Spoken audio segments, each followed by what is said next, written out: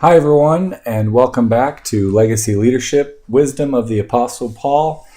We are in day 20 of our devotional.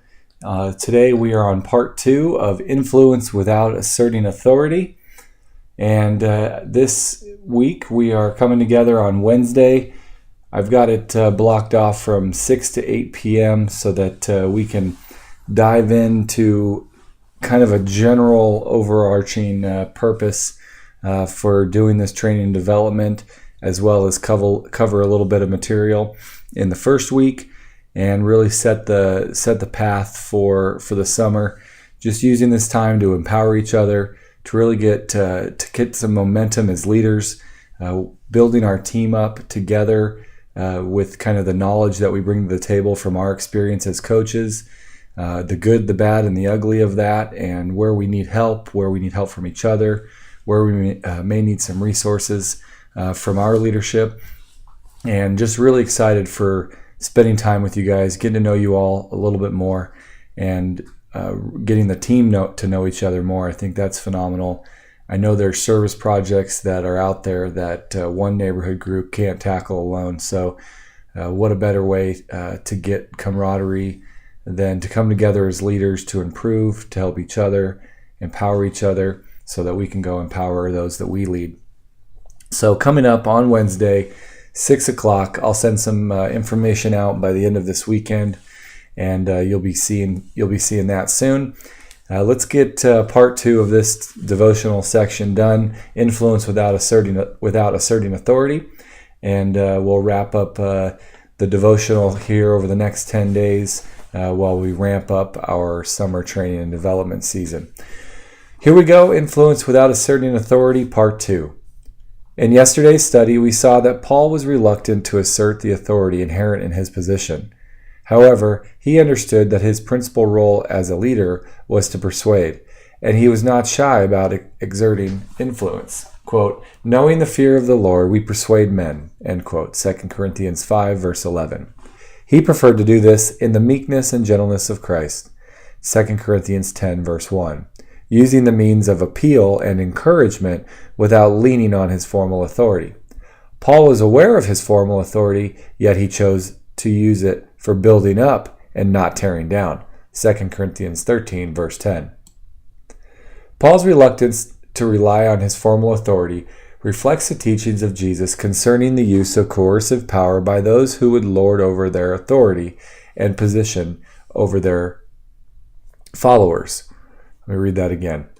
Paul's reluctance to rely on his formal authority reflects the teachings of Jesus concerning the use of coercive power by those who would lord their authority and position over their followers.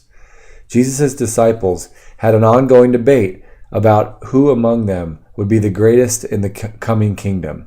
He responded to their ambition by instructing them on the proper use of authority. This is such a fantastic section here. Don't miss this. The kings of the Gentiles lord it over them, and those who have authority over them are called benefactors. But it is not this way with you. But the one who is the greatest among you must become like the youngest, and the leader like the servant. For who is greater, the one who reclines at the table or the one who serves? It is not the one who reclines at the table. Is it not the one who reclines at the table? But I am among you as the one who serves. So Jesus is pretty clear here that the way that we are called to lead is through servant leadership, and I think this might have even been comical. Just thinking about those guys sitting around, thinking about who would be the greatest among them in the coming kingdom, and they're sitting there, with Jesus. So the fact that they were having this conversation and it wasn't so obvious that Jesus would have been the guy for that. I guess I was just reading that and it kind of made me chuckle. Anyways, carrying on. Paul was aware of the authority and responsibility which had been entrusted to him, but he follows Jesus' instructions by refusing to lord his authority over the Corinthians, 2 Corinthians 1, verses 22 through 24. He wrote 2 Corinthians with the hope that by sending the letter, he would not need to, quote, use severity in accordance with the authority which the Lord had given him, end quote, when he came to see them. His earnest desire was to use his formal authority for building up and not tearing down, 2 Corinthians 13, verse 10.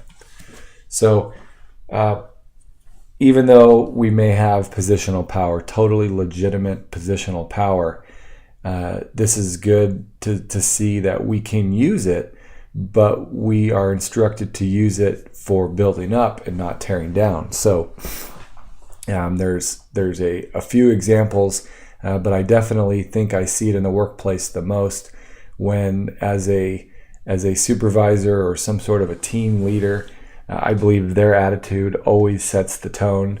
And if they are someone who is kind of this, we'll call it charismatic, outgoing, loving, caring, almost legacy leadership style, you always see the team following them.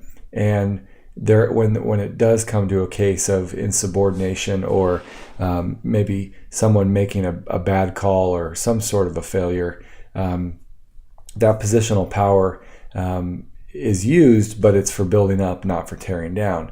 So consider your own positional power and consider how you use it. That formal authority, is it for building up or tearing down?